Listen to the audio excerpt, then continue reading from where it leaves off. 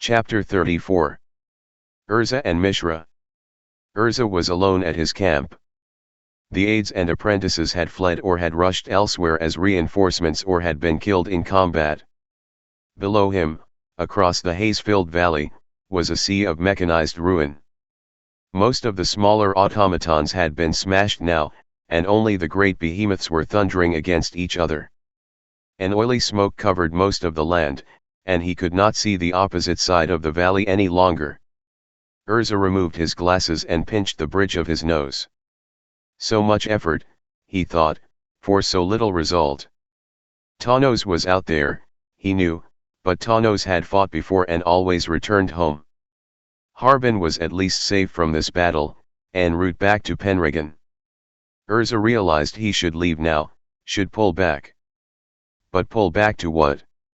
The forts had been emptied to bring troops to this battle. There was nothing left in the combined kingdoms to send, even if the boatyards were still functional. There was nothing left of the land with which to build anew. Urza looked out over the vale and shook his head. He thought of Lauren's notes, and he thought of Harbin.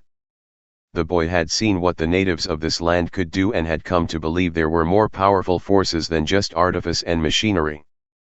Perhaps he was right. But it was too late for that. Perhaps it was always too late, thought Urza. There was movement to Urza's right, and he turned, expecting to see Tawnos stepping out of the gathering smoke.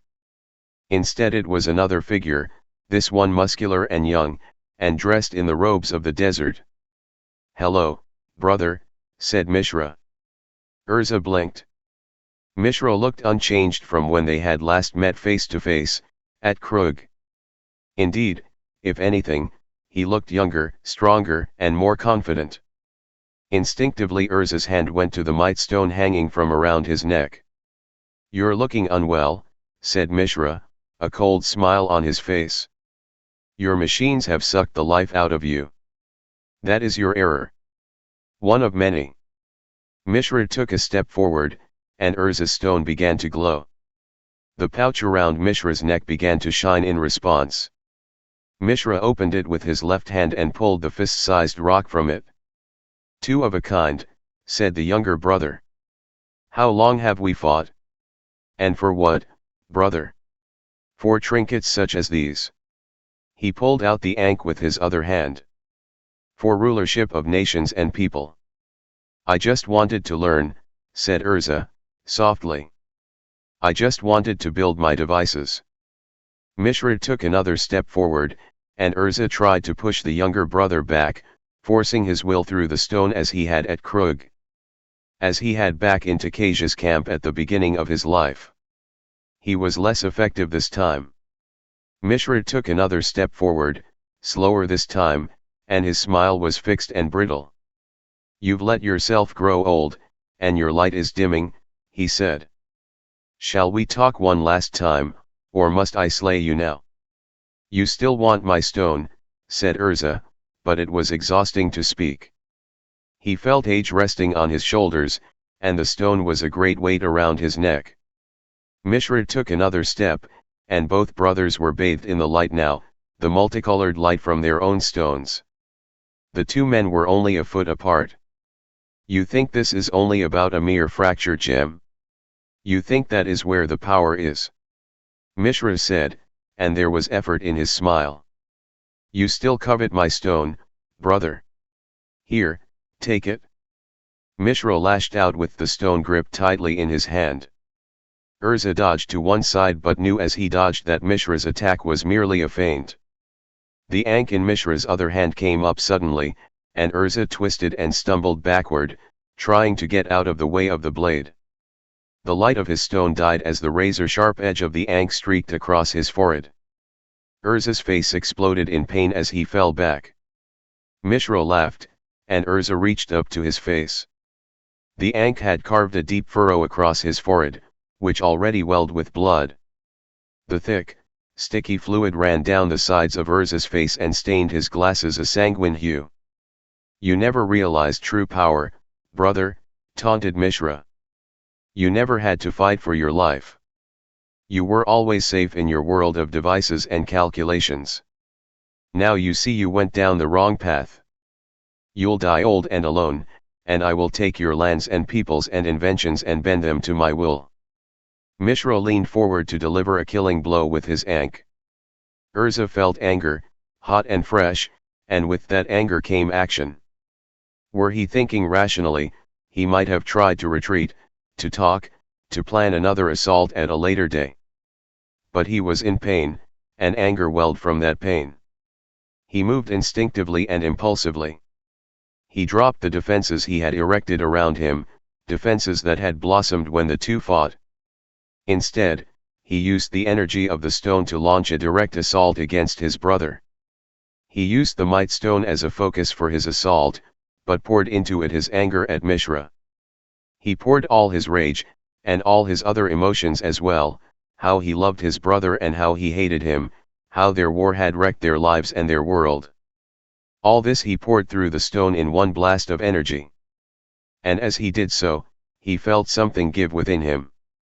It was as when a muscle suddenly pulled from strain, or a gear changed within a device. Suddenly the mental walls around him fell away, and he realized his brother had been right. He had never realized true power. Until now. Urza knew the power came from within him, not from any device or crystal. He fed that power through the stone and into a single bolt against his brother. Mishra's chest exploded in a ball of crimson fire, and the younger man screamed and fell. The fire spread through his robes and he flailed his arms as the flames engulfed him. His body blazed brightly for a moment, then he was gone, fleeing back into the smoke that filled the valley.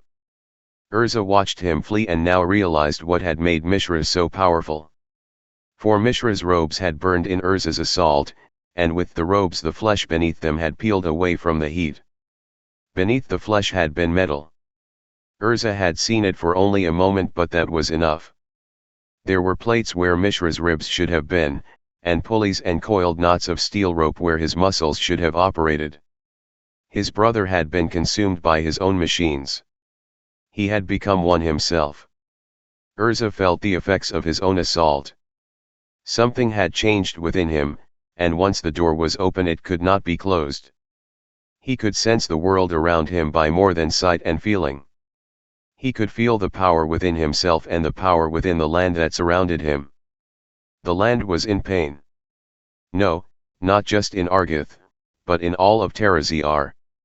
He and his brother had plundered the earth for its riches, and damaged it almost beyond repair. Now it cried out to him, in a maddening chorus, crying for respite. Crying for release. There was another flicker of motion to his left, and he raised the Might Stone against a new assault. But this time it was Tawnos staggering out of the smoky fog, coughing and clutching a backpack. The student looked ancient as he staggered forward. Urza, said the former apprentice. The machines no longer obey. Urza looked over the battlefield and saw it with new eyes. Where before there was the confusion, he now saw another puppeteer pulling the strings. Pulling the strings of the artifact creatures. The strings of his brother. His own strings. There was a demon, a creature from Phyrexia, continued Tawnos. He ambushed me and Ashnod. Ashnod said I should bring you this. He pulled a bowl-shaped silex from the pack. Urza, are you listening? Urza looked at the bowl and heard the cries of the land around them. I hear, he said. More than you realize, now, I hear. We should retreat, said Tawnos, get away from here. If your brother finds us. My brother has been here once, said Urza, and he will be coming back. He took the bowl from Tawnos's hands, and as he touched the silex, the cries of the land became more intense in his ears. They rose in a deafening cacophony of pain that only he could hear. Ashnod says you are supposed to fill it with memories of the land, said Tawnos.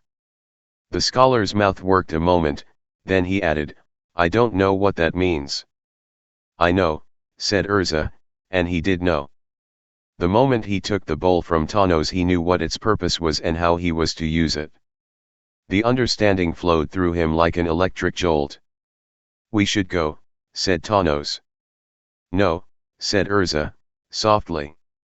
Urza, you're hurt, began Tawnos, but Urza cut him off. No, he repeated. It ends here, for me and for him. For a moment, his eyes focused on Tawnos, and Urza said, you must go and find a safe refuge. Find some place to take cover. Urza, I'm not. Do not argue, thundered Urza, and his eyes flashed with rage. Find the deepest cave, the farthest tree, the strongest fortification.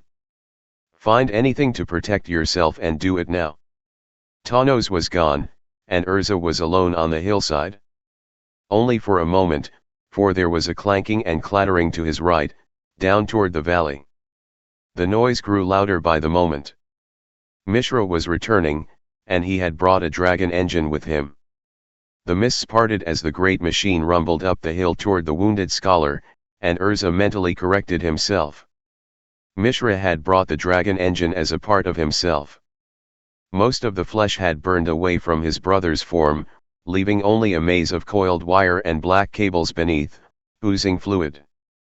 The cables had reached out from within his body and merged with those of the dragon engine. This one had been the one at Korlanda, and similar cables had extruded from it to join with Mishra. Machine and man had become one entity. Mishra's face was largely intact, save for a long, burned scar along one side. The tatters of flesh flapped against the metal beneath as his mechanical jaw opened and closed, bellowing threats. There was a dripping redness along that side that might have been blood. Urza saw the abomination that was his brother and knew what must be done. He spoke a word and pulled the energies of the land to him. In an instant, the hillside at his feet slid away, crashing toward the Mishra engine. The man-machine was caught by the cascading earth and dragged backward, down toward the valley floor. It would not stop his hate-filled brother, Urza realized, but it would slow him down. And that was enough. Urza sat cross-legged with the bowl in his lap. The runes within the bowl spiraled toward the center, but he did not need to read them. Whatever force now coursed through his veins allowed him comprehension, allowed him to commune with the artifact as he now heard the cries of the land. Blood from the gushing wound on his forehead dribbled into the bowl and filled the carved runes with crimson. Urza summoned his memories, the memories of his life and his studies, and willed them into the bowl. He thought of Arjiv and of Korli. He thought of his towers and workshops and of the ornery in Krug. He thought of lands he had flown over and fought over. He thought of the Courages and the caverns of Koilos. And he thought of a small encampment, now forgotten by most living men and buried by sand, where students of an old woman dug for artifacts of an ancient and forgotten people. Where two brothers learned about the Thran. The Mishra machine had recovered from the avalanche and was now charging up the hill, its dragon head screaming. Urza looked up and saw his brother's face, half torn from the metallic skull beneath, and wept for him. The artificer's tears joined the blood and memories in the bowl, and he felt the power well up around him. The power filled him now, flowing to him from all the lands and all the memories of the things that he had done. His regrets and pride and anger and solitude all poured into the bowl, filling it to the brim, filling it to the bursting point. And beyond. The Mishra machine had attained the hilltop now, and its serpent head loomed high above him. Mishra was grinning, the smile half flesh and half steel. It was the grin of a man triumphant. Mishra was screaming something, but Urza no longer heard his voice. All he heard was the land, crying for release. And Urza released the power. A flash at the base of the bowl spread outward and upward, a new sun brought to the earth and igniting everything it touched. Urza felt the flash for a moment and smiled as it washed over him. His last sight was of his brother, melded to the machine, as both were caught in the blast. The smile on his brother's face turned into a twisted parody as the systems of his body failed. Then the Mishra dragon reduced to its smallest particles, and those particles were caught by the force of the explosion Urza had called into being. They were blown far, far away. And Urza was gone as well. Argath died at last. Those survivors in the land only had a moment to react to the great flash of light on the horizon, when suddenly it was on top of them. The surviving trees ignited where they stood, blown down by the wind, their stumps uprooted by the undulating earth as ground slid beneath the sea, and new earth shot up from the force of the explosion. Gia screamed as the circle of destruction widened. The men on Harbin's ship who had been looking south were blinded by the light, their eyes reduced to pools of blood from the intensity. The masts and sails of the ship were set afire by the heat. The ship was suddenly rising, as the sea itself became a mountain and carried the boat with it. The ship rose upward, and Harbin clung to the tattered remains of the rigging, screaming his father's name. All at once the boat and the man were atop the great swell of the ocean, and Harbin could see, far to the south, the reddish glow of the sky as Argoth burned. He could see other swells, each larger than the one that had just overtaken them, advancing like relentless armies. His ship was cast down again into the ocean. Gwenna felt the ground tremble beneath her and heard the cry of Gia as her land died. They were fighting collisions along the coast, and many of the warriors on both sides now cast down their weapons and began to weep. The war was over, and there were to be no victors. Gwenna noticed the sea was gone, leaving only broad patches of mud and rock. She realized what that meant. She shouted for her warriors to flee to the hills inland and broke into a loping run. She did not see which ones obeyed her. She was halfway up the nearest hill when the first great waves, each the size of a small mountain, broke against the coastline, smashing everything in their path. In Penregan, Kayla set down her pen at the sound of distant thunder. But the thunder did not diminish but instead became louder and was soon accompanied by the rushing of winds. The ground shook beneath her, and in another room there was the sound of dishes clattering to the floor. The room was rocked, and the furniture slid against the far wall and was smashed. To the south there was a great reddish glow, as if all of southern Argiv had caught fire. The door flew open, and Jarsil, Harbin's eldest, came in, crying and clutching one of his father's old toys, a mechanical bird that Tanos had made for him. Kayla hugged the child and whispered soft words to him, as outside the house men screamed and buildings toppled. And a single tear ran down the side of her face as she comforted her grandchild. In the caverns of Koilos the air wrinkled and pursed, and there was the smell of burning oil as Jix returned to his lair. He had been damaged, and his movements left greasy footprints and spatters of oil. There was human blood on him as well, on his chest, his talons, and his face, but he had no time to consider his appearance. He worked quickly, one part of his mind calculating how long it would take for the blast wave to reach him, another wondering if the mountain itself would be sufficient protection, while a third part readied the Thran machine.